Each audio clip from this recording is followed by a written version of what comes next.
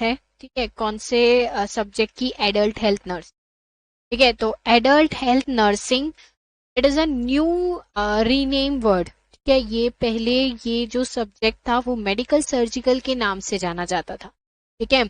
लेकिन जब से आपका जो नर्सिंग का पैटर्न जो है, जब से वो पैटर्न आपका सेमेस्टर वाइज हुआ, तो इस मेडिकल सर्जिकल जो नाम था नर्सिंग, ये जो सब्जेक्ट का नाम था पहले एमएसएन था, क्या था इसका नाम, मेडिकल सर्जिकल। बट अब ये जो सब्जेक्ट है वो क्या बन गया है, एडल्ट हेल्थ वन बन गया है, ठीक है। वन यहाँ पे इसीलिए क्योंकि आप इसका एक हिस्सा, मतलब एक पार्ट जो है वो अभी थर्ड सेम में पढ़ेंगे, ठीक है। और जो इसका फर्स्ट पार्ट है आप इसे थर्ड सेम में पढ़ेंगे, और सेकेंड पार्ट है, ठीक है, वो आप पढ़ेंगे फोर्थ सेम में। और याद रखिएगा जो आप थर्ड सेम में पढ़ेंगे उसका एग्जाम अलग होगा जो कि थर्ड सेम में होगा, और जो आप फोर्थ सेम में पढ़ेंगे एग्जाम फोर्थ सेम में होगा, ठीक है। तो बात करते हैं, यहाँ तक सारे पॉइंट्स करूंगे मैं, बेटर है मैं आपकी जो हेल्थ नर्स क्लासेस।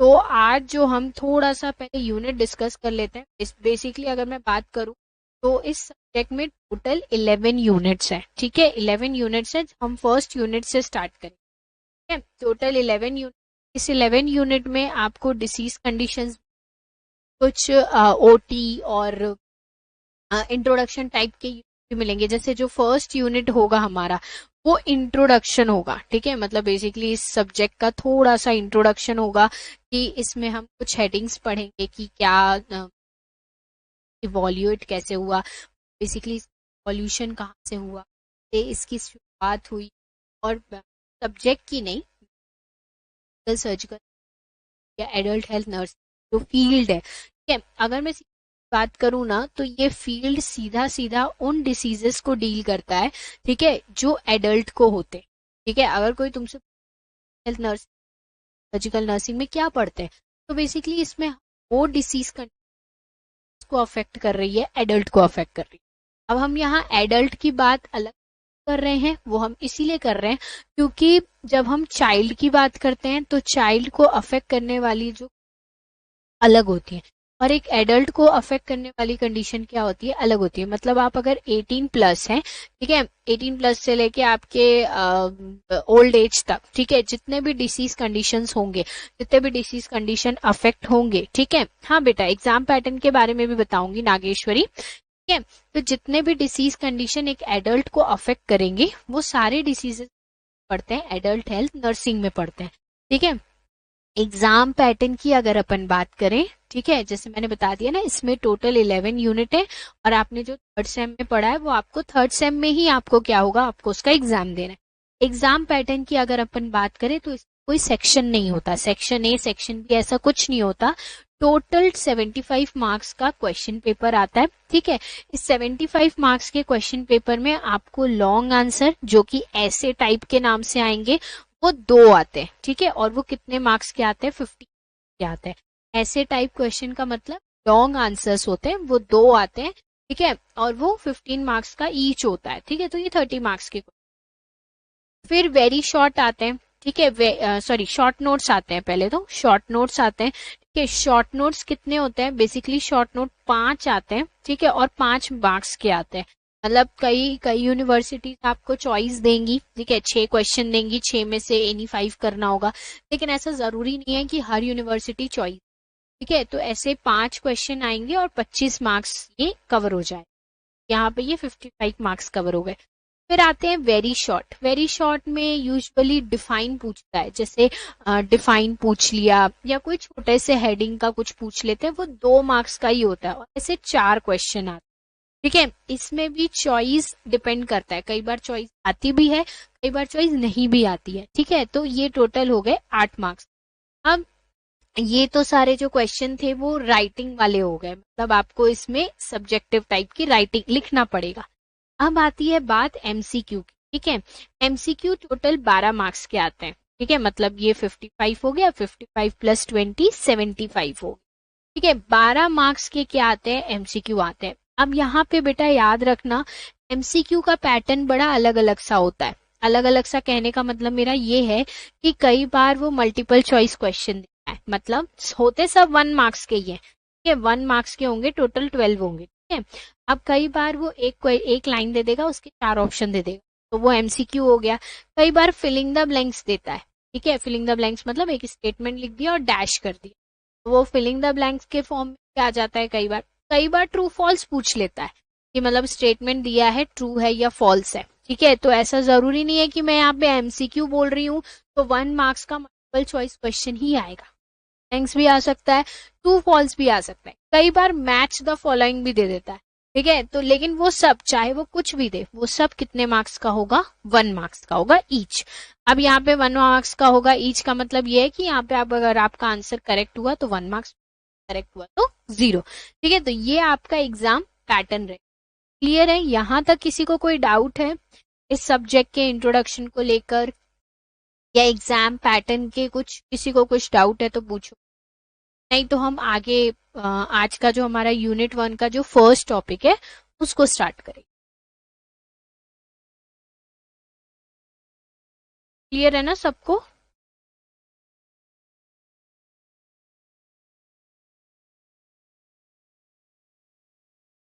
ठीक है, तो यूनिट 1 का जो फर्स्ट टॉपिक है, बेसिकली कोई भी सब्जेक्ट को जब हम स्टार्ट करते हैं, ठीक है, तो एक बड़ा, बोलना बोरिंग नहीं बोलना चाहिए, ठीक है, बट ऐसा है कि ये थोड़ा सा हिस्ट्री टाइप का क्वेश्चन होता है। ठीक है, हिस्ट्री टाइप के का टॉपिक आता है।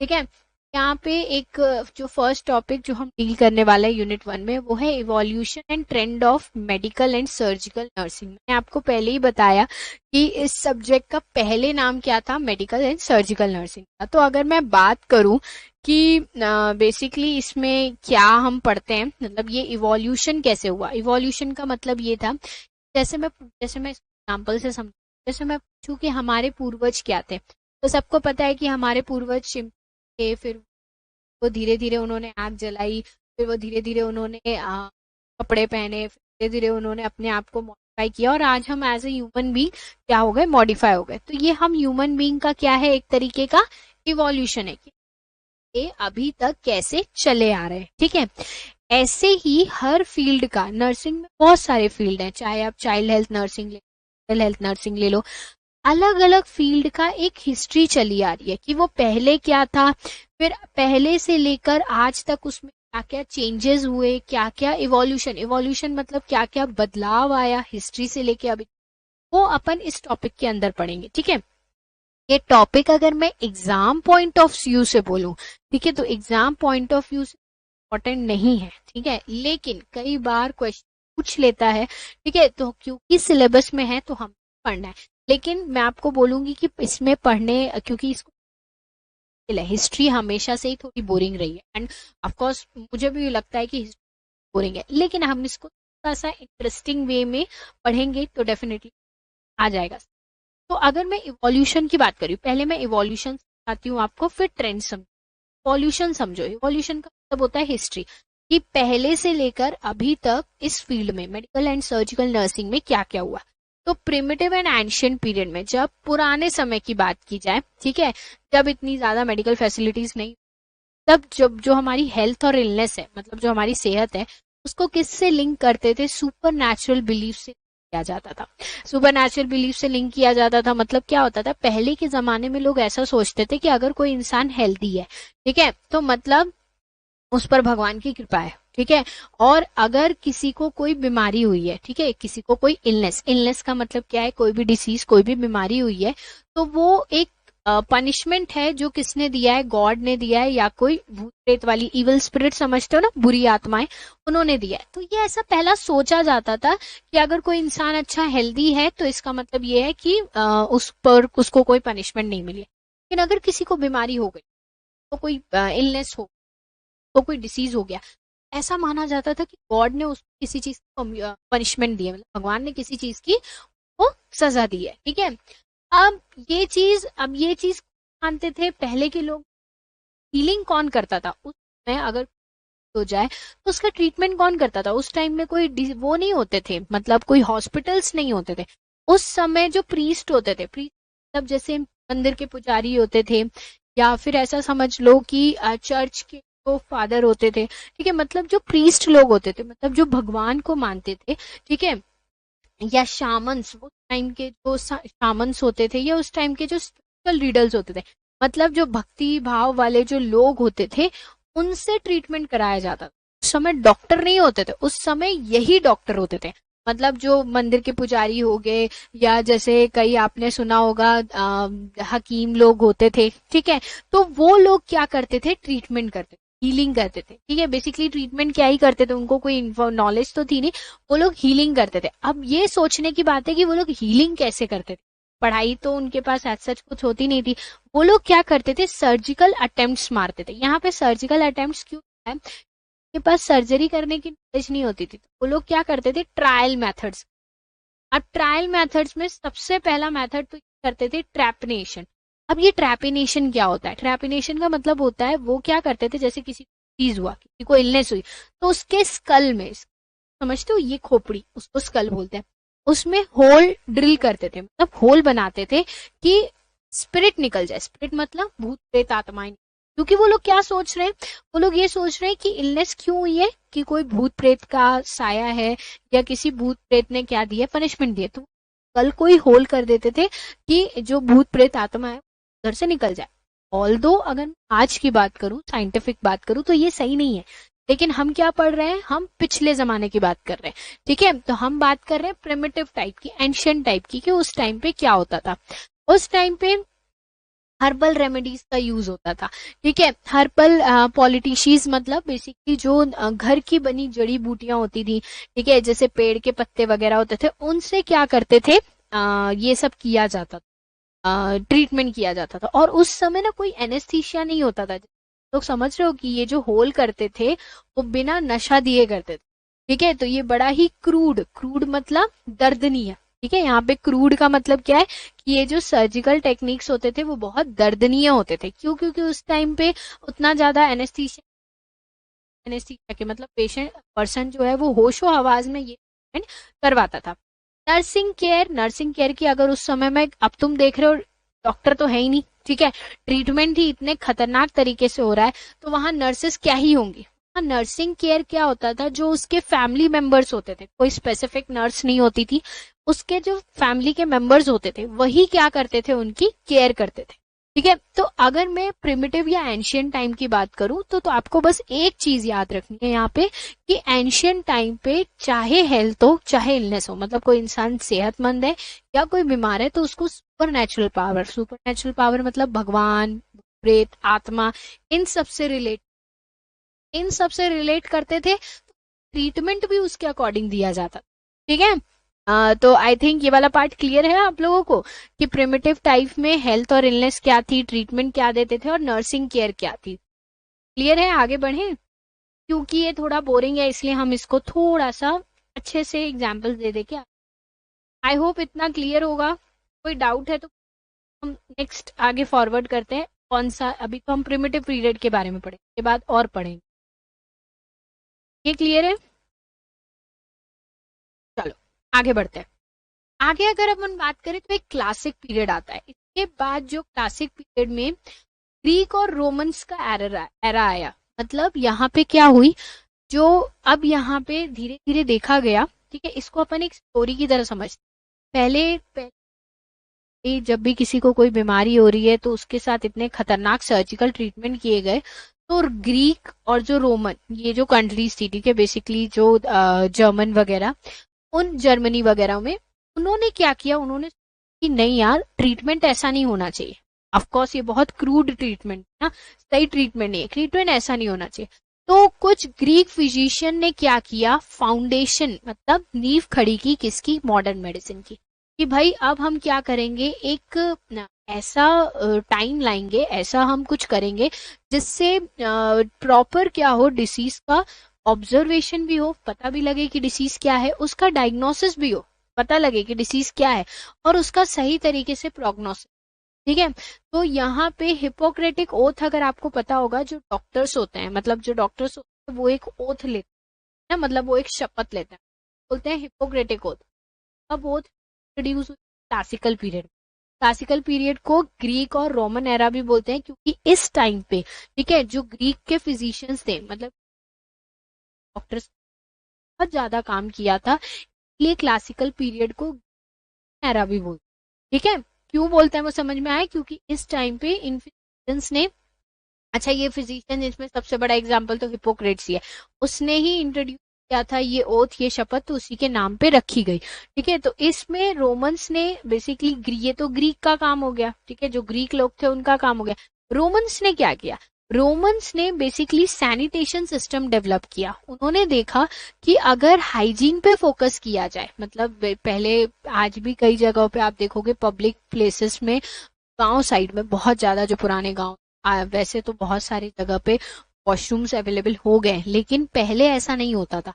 तो रोमन्स ने क्या किया, रोमन्स ने सैनिटेशन सिस्टम पर ध्यान दिया कि भाई आसपास साफ सफाई रखेंगे तो इलनेस हो रही है, जो डिसीज क्या होगा, कम होगा। तो ये रोमन्स ने डेवलप किया। अगर मैं ग्रीक की बोलूं तो ग्रीक ने शपथ, और उन्होंने डिसीज पर, डिसीज के ऑब्जर्वेशन, डायग्नोसिस और प्रोग्नोसिस पर फोकस किया। अब यहाँ पे हॉस्पिटल्स बनना शुरू, लेकिन याद रखना ये जो अर्ली हॉस्पिटल्स बने वो सिर्फ सोल्जर्स के लिए बने, सोल्जर्स के लिए, मतलब कॉमन मैन के लिए नहीं थे। ये उन सिपाहियों के लिए थे जो उस समय जंग वगैरह में जाते थे, या जो देश की रक्षा के लिए बने। तो अर्ली टाइम पे जो हॉस्पिटल्स थे वो किसके लिए बने, सोल्जर्स के लिए बने। मतलब अब आप ऐसा बोल सकते हो कि क्लासिकल टाइम पे के थोड़ा बहुत ग्रीक वालों ने काम किया, थोड़ा बहुत रोमन वालों ने काम, अर्ली जो हॉस्पिटल, मतलब बेसिकली हॉस्पिटल का जो कॉन्सेप्ट है वो आया। लेकिन यहाँ पे ये हॉस्पिटल फैसिलिटी सबके लिए नहीं थी, सिर्फ और सिर्फ सोल्जर्स के लिए। ठीक है, तो क्लासिकल पीरियड क्लियर है कि नहीं क्लियर है? ये थोड़ा सा ऐसे ही है, थोड़ा सा रटना पड़ेगा, थोड़ा समझना पड़ेगा, ये टॉपिक ही ऐसा है। ठीक है, तो आई होप आप लोग को क्लियर हो रहा होगा मेरा जो मैं पढ़ा रही हूँ। आगे बढ़े, यहाँ से आगे बढ़े।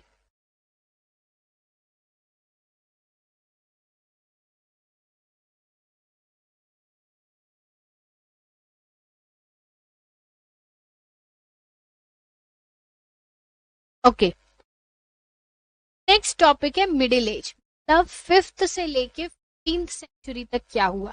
ठीक है, तो अब यहाँ पे जब ये मेडिकल प्रोग्रेस जो था वो क्लासिकल पीरियड से बढ़ा, कि भाई थोड़ा सा मेडिसिन में क्या हुआ, थोड़ा सा प्रोग्रेस हुआ। लेकिन इस दौरान आके, मतलब 5 से लेके 15th सेंचुरी तक ये प्रोग्रेस थोड़ा स्लो हो गया।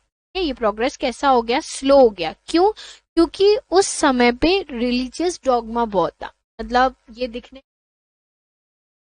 ये क्या मैंने टाइम पे क्या हो रहा था, सब मंदिरों के पुजारी और प्रीस्ट लोग के पास जा रहे थे ट्रीटमेंट कराने। लेकिन देखा गया कि भाई अब धीरे धीरे मेडिसिन की नॉलेज आ रही है, क्या क्लासिकल पीरियड में, तो ये चीज वहां रिलीजियस वालों को थोड़ा सा प्रॉब्लम देने लगा कि लोग अब हमारे पास नहीं आएंगे। तो रिलीजियस डॉगमा के कारण, मतलब उनके डोमिनेंस के कारण, रिलीजियस रीजंस के कारण ये मेडिकल प्रोग्रेस थोड़ा सा स्लो हो गया। ठीक है, तो उस समय मिडिल एज में क्या होने लगा, मॉनेस्ट्रीज होती थी। क्या होता है, मॉनेस्ट्रीज जो क्रिश्चियंस होते हैं, ठीक है, उन वो लोग बेसिकली मॉनेस्ट्रीज फॉलो करते हैं। मॉनेस्ट्रीज में जो बोलना चाहिए कि जो बच्चे होते हैं, ठीक है, पुअर चाइल्ड बोल सकते हो या जो भी है, ठीक है, मॉनेस्ट्रीज बच्चों को रखा जाता है। कॉन्वेंट्स होते हैं, ठीक है, वो क्या करने लगे, बेसिक केयर प्रोवाइड इस टाइम पे। ठीक है, और उस समय क्या था, क्योंकि यही है ना कि प्रोग्रेस स्लो हो गया था, तो उस समय डिसीज आउटब्रेक्स होने, ठीक है, डिसीज आउटब्रेक्स मतलब महामारी होने लगी। ठीक है, उस महामारी के टाइम पे नर्सिंग केयर कौन देता था, कहाँ देते थे, मॉनेस्ट्री देते थे और कॉन्वेंट्स में टाइम पे मॉनेस्ट्रीज होती थी। ये कॉन्वेंट्स बोल सकते हो, स्कूल या एरिया होते थे जो बेसिक नर्सिंग केयर देते थे। वहां पे कौन नर्सिंग केयर देता था, कोई नर्स नहीं होती थी। वहां पे जो नन्स हैं, ठीक है, जो मॉन्क्स होते थे, क्रिश्चियंस के ही होते थे ये नन्स, मॉन्क्स, और कुछ केयर गिवर्स को रख लेते थे जो कि अनट्रेन्ड होते थे, बस कोई एजुकेशन नहीं होती थी। बट उस टाइम पे एजुकेशन थी ही नहीं, तो यही लोग क्या करते थे, नर्सिंग केयर प्रोवाइड करते थे। उस समय पे ना सर्जिकल प्रोसीजर इतने ज्यादा नहीं होते थे, जैसे मैंने बताया ना कि एंशियंट टाइम पे बहुत सर्जिकल प्रोसीजर होते थे। लेकिन अभी जो सर्जिकल प्रोसीजर है इस टाइम पे मिडिल एज में, सर्जिकल प्रोसीजर्स क्या होते थे, बड़े लिमिटेड होते थे, बहुत कम सर्जरीज होती थी। और अगर सर्जरी हो भी गई तो उस टाइम पे बार बार सर्जरी करता था, आप लोग जो नाई होते हैं, ठीक है, उनको बार्बर सर्जन बोलते थे, ठीक है। इस टाइम पे सर्जरी पे ज्यादा फोकस नहीं करते थे मिडिल एज में। मिडिल एज में केयर देना, उन्हें कंफर्ट देना और उनका बेसिक हाइजीन मेंटेन करना, ये क्या होता था उस टाइम पे, हेल्थ और इलनेस के टाइम पे इन चीजों पर फोकस करते थे। बहुत रेयर क्या होता था, सर्जरी होती। और अगर सर्जरी कर भी रहे तो कौन कर रहा है, बार्बर कर रहा है। ऑफ द लोग केयर, कंफर्ट और बेसिक हाइजीन क्या करते थे, फोकस करते थे। कौन सी एज में, मिडिल एज में, ठीक है। तो मिडिल एज में कोई पूछे तो मिडिल एज में मोनेस्ट्री और कॉन्वेंट्स में ही क्या मिलती, केयर मिलती। केयर कौन देते थे, नन्स, मॉन्क्स और जो अनट्रेन्ड केयर गिवर्स थे वो देते थे, ठीक है। इन सब में आपको थोड़े थोड़े की पॉइंट्स बस याद रखने हैं, उससे आप पूरा क्या बना लोगे, इसका बना लोगे, ठीक है। I think middle age clear होगा, जो 5th से 15th सेंचुरी। फिर इस समय 14th सेंचुरी, मतलब बेसिकली थोड़ा सा 15th 14th सेंचुरी के बीच में से 17th सेंचुरी तक एक रेनाइसेंस आया। रेनाइसेंस क्या था, रेनाइसेंस में लर्निंग आई और लर्निंग के बारे में डेवलपमेंट हुआ। मतलब इस सेंचुरी में जो स्टडी थी, मतलब जो एजुकेशन थी वो इंट्रोड्यूस। अभी तक कोई पढ़ाई लिखाई नहीं, ठीक है। लोग बस अपने हिसाब से वहां पे अपने चीजों के हिसाब से क्या कर रहे थे, ट्रीटमेंट दे रहे थे या केयर दे रहे थे। इस सेंचुरी में रेजिडेंस आया, मतलब साइंस, ठीक है, मतलब विज्ञान और लर्निंग, सीखने की क्या हुई, रिवाइवल हुआ। रिवाइवल मतलब ये चीजें वापस आई। अब इसमें क्या हुआ, लोग कैसे सीखते थे, कैसे उनको एडवांस नॉलेज हुई, तो ह्यूमन का डिसेक्शन करते थे। मतलब जो डेड बॉडीज होती थी उनको डिसेक्ट कर करके एनाटॉमी और फिजियोलॉजी की नॉलेज लेते थे। और किसने ये टेक्निक इंट्रोड्यूस की, आज भी जो एमबीबीएस स्टूडेंट्स होते हैं वो बॉडी का डिसेक्शन करते हैं। डिसेक्शन करना मतलब चीर फाड़ करते हैं और फिर देखते हैं कि कौन से ऑर्गन की लोकेशन कहाँ पे है और वो क्या फिजियोलॉजी, मतलब क्या फंक्शन परफॉर्म कर रहे हैं, ठीक है। तो इसमें जो मेन उन्होंने ये कैसे डिसेक्शन करना है, इस टाइम पे एक सर्जन हुए हैं, फ्रेंच सर्जन, जिसका नाम है एम्ब्रोस पैरे। उन्होंने बहुत ज्यादा सर्जिकल टेक्निक्स क्या की है, इंट्रोड्यूस की, कि भाई कैसे लिगेचर लगाना है। लिगेचर का मतलब समझते हैं, स्टिचेस जिसको अपन बोलते हैं, ठीक है, ताकि ब्लीडिंग स्टॉप हो। उस टाइम पे कॉटराइजेशन नहीं, आज के टाइम पे हम क्या करते हैं, इलेक्ट्रिक शॉक्स देके, ठीक है, उसको जो ब्लीडिंग वाली वेसल्स होती है उसको सील करते हैं। लेकिन उस टाइम पे ऐसा नहीं होता था। तो उस टाइम पे ये जो फ्रेंच सर्जन था उसने लिगेचर का यूज बताया। लिगेचर मतलब की बात हो रही है कि कैसे हम लिगेचर्स का यूज करके ब्लीडिंग को स्टॉप कर सकते हैं। उन्होंने printing press invention help to spread medical knowledge. यहाँ पे अब जैसे सपोज ये जो फ्रेंच सर्जन, वो जब डिसेक्शन करते थे उनको जो भी इंफॉर्मेशन मिलती थी, ठीक है, वो इंफॉर्मेशन वो क्या करते थे, प्रिंटिंग प्रेस प्रिंटिंग प्रेस का मतलब क्या है कि यहाँ कोई इंफॉर्मेशन पेपर, न्यूज़पेपर या बुक्स में क्या किया गया जिससे से ज्यादा नॉलेज स्प्रेड हो सके। कि इससे पहले जो लोग थे वो बहुत ही अनट्रेंड तरीके से केयर दे रहे थे। तो रेजिडेंस के टाइम पे क्या हुआ, रेजिडेंस के टाइम पे साइंस और लर्निंग आई, ठीक है। साइंस और लर्निंग का मतलब यहाँ पे ह्यूमन की बॉडी को डिसेक्ट किया गया, एनाटॉमी पढ़ी गई और जो बेटर सर्जिकल प्रोसीजर्स है, टेक्निक्स है, उनको इंट्रोड्यूस किया, ठीक है। और वो किसने किया, फ्रेंच सर्जन एम्ब्रोस पैरे ने। तो यहाँ तक क्लियर है। ये टॉपिक ऐसा ही है बेटा, कहानी जैसे ही समझ, ठीक है। तो इस सेंचुरी तक ये हुआ, 17th सेंचुरी। अब 18th से 19th सेंचुरी ये टाइम प्री मॉडर्न नर्सिंग भी बोलते हैं, क्योंकि मॉडर्न नर्सिंग आने से पहले के सेंचुरी, मतलब 18th से 19th सेंचुरी तक, ठीक है, सर्जरी जो थी वो एडवांस तो हुई लेकिन अभी भी कुछ रिस्क थे, ठीक है। पूरे तरीके से डेवलप नहीं हुई, पूरे तरीके से एडवांस नहीं हुई, अभी भी कुछ रिस्क थे, ठीक है। अभी भी कुछ रिस्क थे, मतलब कहने का ये, पहला रिस्क जो था,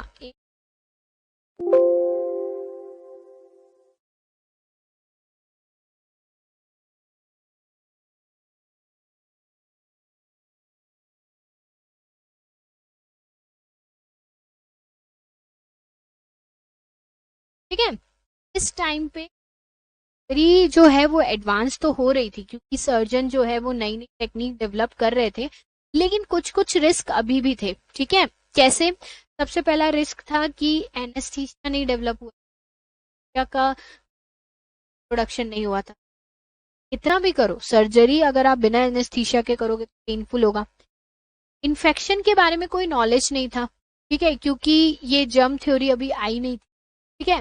नर्सिंग रिमेन अनऑर्गेनाइज इस टाइम पे भी, क्योंकि आपको पता है कि सर्जरी के बाद कितनी ज्यादा नर्सिंग की, इस टाइम पे भी नर्स नाम की कोई चीज, नर्स जो थी, नर्सिंग केयर थी, वो बहुत ही कैसी थी, अनऑर्गेनाइज थी, ठीक है। तो यहाँ पे राइज ऑफ हॉस्पिटल रिक्वायर्ड है। अब यहाँ पे धीरे धीरे हॉस्पिटल्स बढ़े, हॉस्पिटल का नंबर बढ़ा, लेकिन उसमें जो ट्रेंड केयर गिवर्स थे उनकी कमी।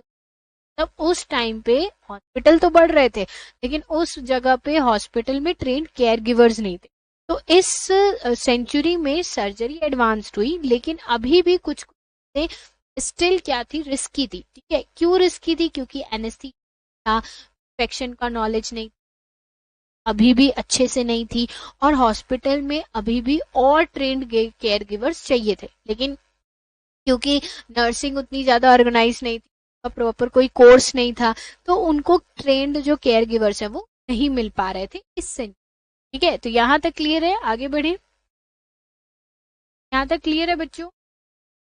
तभी मैं आगे बढ़ूंगी। ये कहानी ही है जो आपको सुन, ठीक है। हाँ, कुछ बोलो।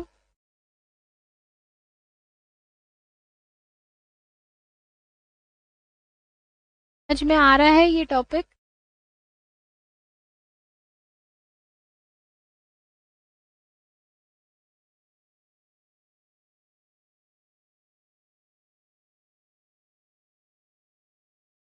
यस और नो, लाए, ये समझ में आ रहा है ना?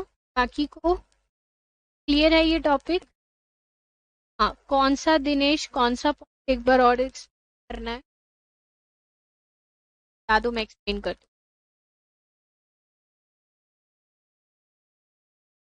यही 18 से 19 सेंचुरी वाला।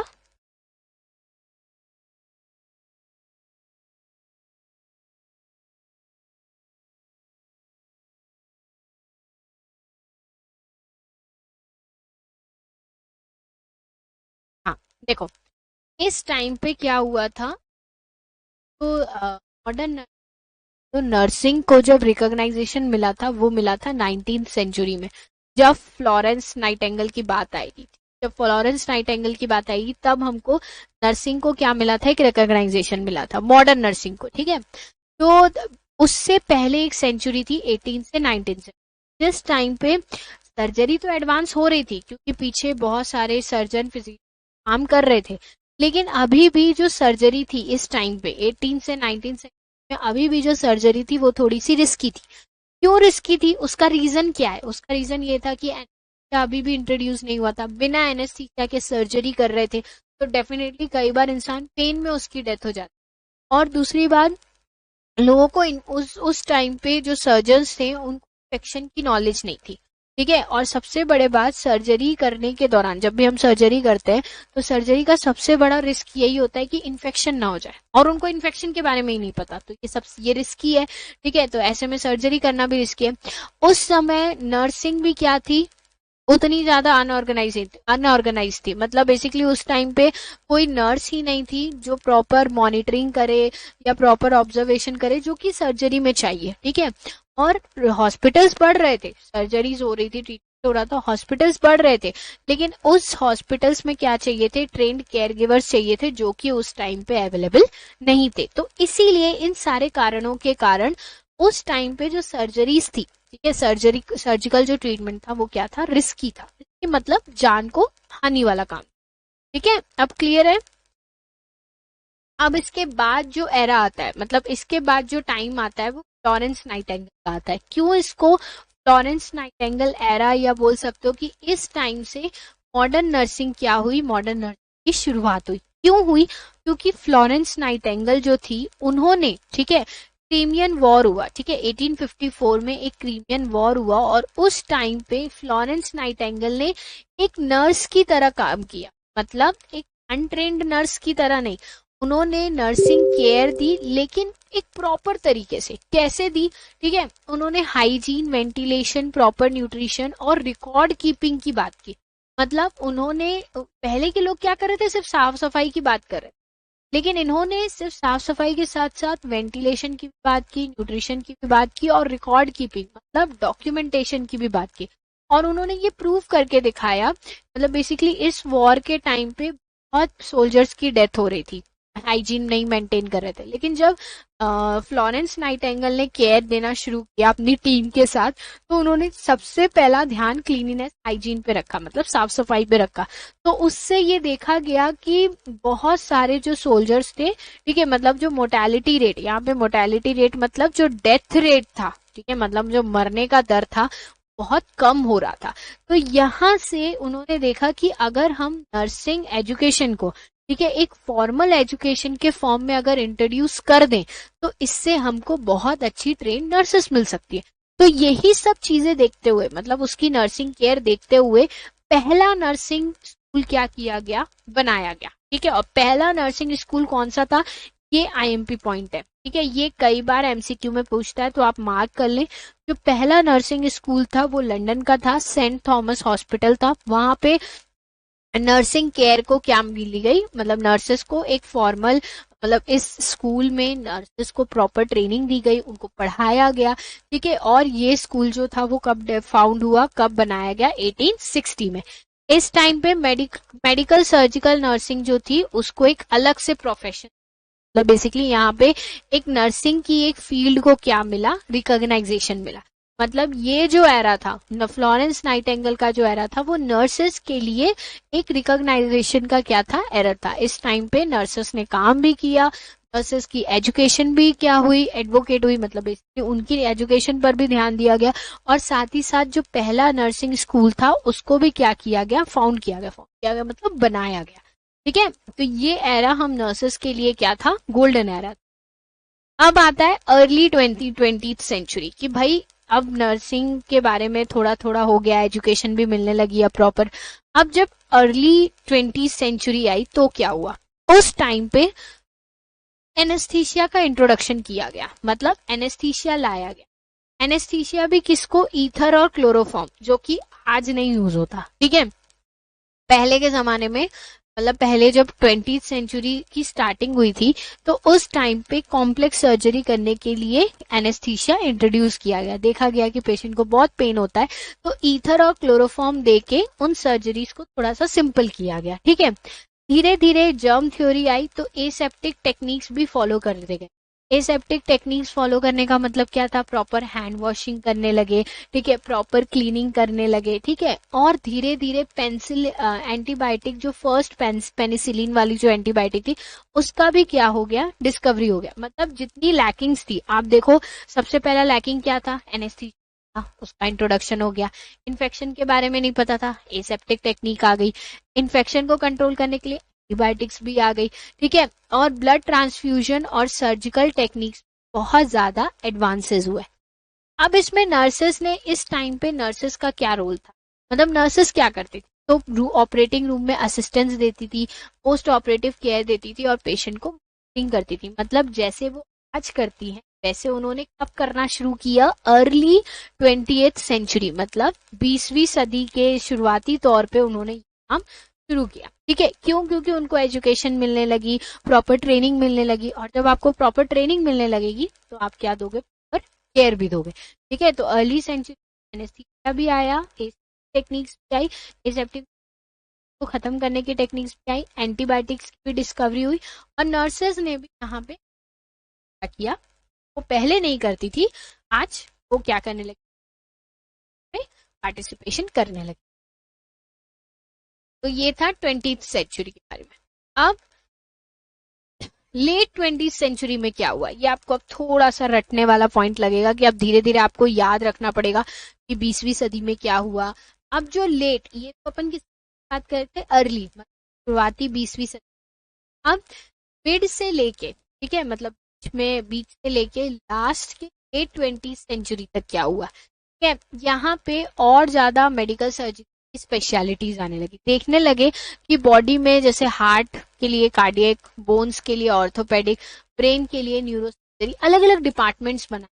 और इस टाइम पे क्रिटिकल केयर नर्स का बर्थ हुआ, मतलब बेसिकली आईसीयू, सीसीयू, इन यूनिट्स का क्या हुआ, इंट्रोडक्शन हुआ। और इसमें नर्सिंग को भी क्या मिला, क्रिटिकल केयर नर्स एक डिपार्टमेंट। यहाँ पे क्योंकि अब क्रिटिकल नर्सिंग आ गई है, मतलब अब आईसीयू वगैरह आ गए, तो ईसीजी मॉनिटर आ गए, वेंटिलेटर, डायलिसिस, ठीक है, और एविडेंस बेस्ड प्रैक्टिस पर मतलब बेसिकली रिसर्च कर करके केयर देने लगे।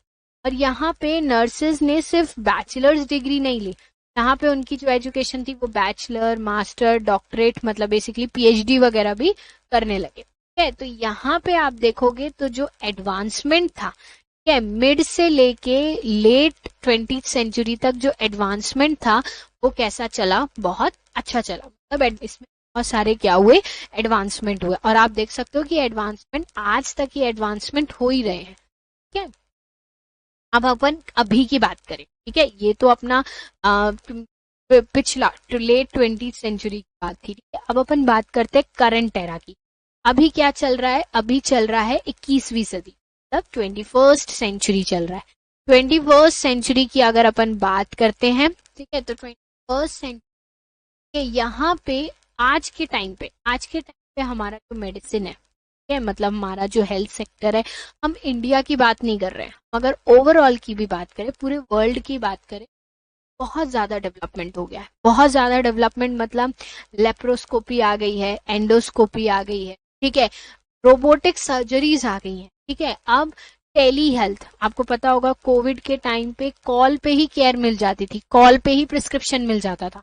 ठीक है, तो टेली हेल्थ मतलब टेलीविजन, जो टेलीफोन्स वगैरह है उसी से ही केयर मिल जाती थी। ठीक है, होलिस्टिक केयर मिलती है। आजकल सिर्फ ये नहीं देखते कि पेशेंट को फिजिकल प्रॉब्लम है, उसकी इमोशनल प्रॉब्लम, स्पिरिचुअल और उसके सोशल नीड्स को ध्यान दिया जाता है। तो बेसिकली पूरा as a whole human being सोच के क्या दी जाती है, केयर दी जाती है। ठीक है, अभी की जो नर्सेस है, अभी की जो सर्च भी करती हैं, लीडरशिप आप देख सकते हो कि हॉस्पिटल में नर्सिंग इंचार्जेस रहती हैं हर वार्ड की। ठीक है, एक नर्सिंग सुपरिटेंडेंट भी रहता है। ये सब कौन से रोल फॉलो, लीडरशिप फॉलो करते हैं, हॉस्पिटल के लिए पॉलिसी भी बनाते हैं, क्वालिटी भी इम्प्रूव करते हैं, और पेशेंट की सेफ्टी, इन्फेक्शन कंट्रोल, इन सब चीजों पे क्या देते हैं, ध्यान देते हैं।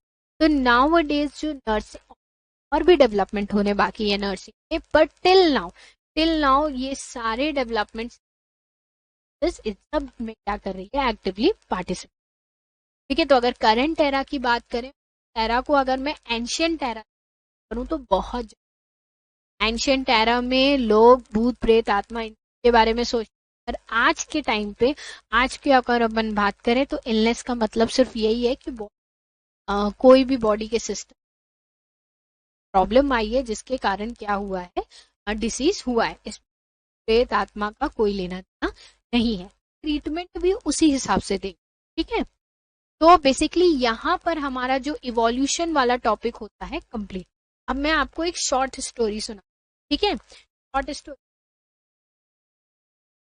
भूत प्रेत आत्मा आई। ठीक है, धीरे धीरे भूत प्रेत आत्मा के सर्वर को खोला गया और उसकी बुरी आत्मा निकल जाएगी।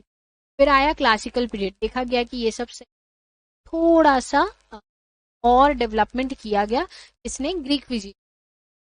फिर मिडिल एज आया, इस टाइम पे सर्जिकल प्रोसीजर्स नहीं करते थे क्योंकि देखा गया कि सर्जिकल प्रोसीजर जो है वो बार बार कर रहा है, तो उस टाइम पे फिर थोड़ा सा केयर, कंफर्ट, इन सब फोकस किया गया। फिर आया रेनाइसेंस का टाइम, मतलब बेसिकली इस टाइम पे बॉडी को डिसेक्ट करने लगे। फिर उन्होंने सोचा कि चलो अब थोड़ा सा केयर जो है वो बॉडी को देख के करते हैं, तो बॉडी का डिसेक्शन करने लगे, बॉडी में एनाटॉमी और फिजियोलॉजी की इंफॉर्मेशन लेने। फिर सर्जरी धीरे धीरे एडवांस हो रही थी, लेकिन अभी भी कुछ कुछ चीजें लैकिंग थी, जैसे एनेस्थीसिया, इन्फेक्शन, इन सब की अभी भी कमी थी।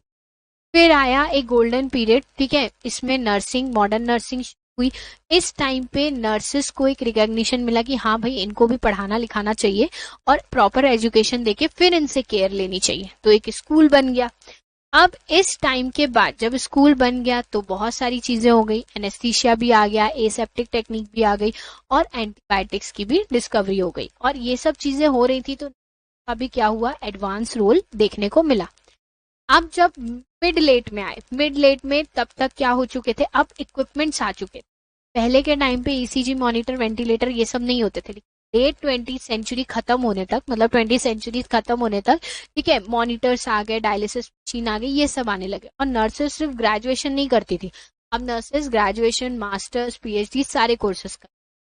और अभी करंट एरा में क्या हो रहा है, करंट एरा में तो आपको पता है कि लैप्रोस्कोपी हो रही है, मिनिमम इन्वेजिव सर्जरी, मतलब अब पूरे कोई भी ऑर्गन को पूरा चीरने की जरूरत नहीं है, अब आप छोटे से 3-4 होल एंड लैप्रोस्कोपी ट्रीटमेंट या लैप्रोस्कोपी सर्जरी कर सकते हो।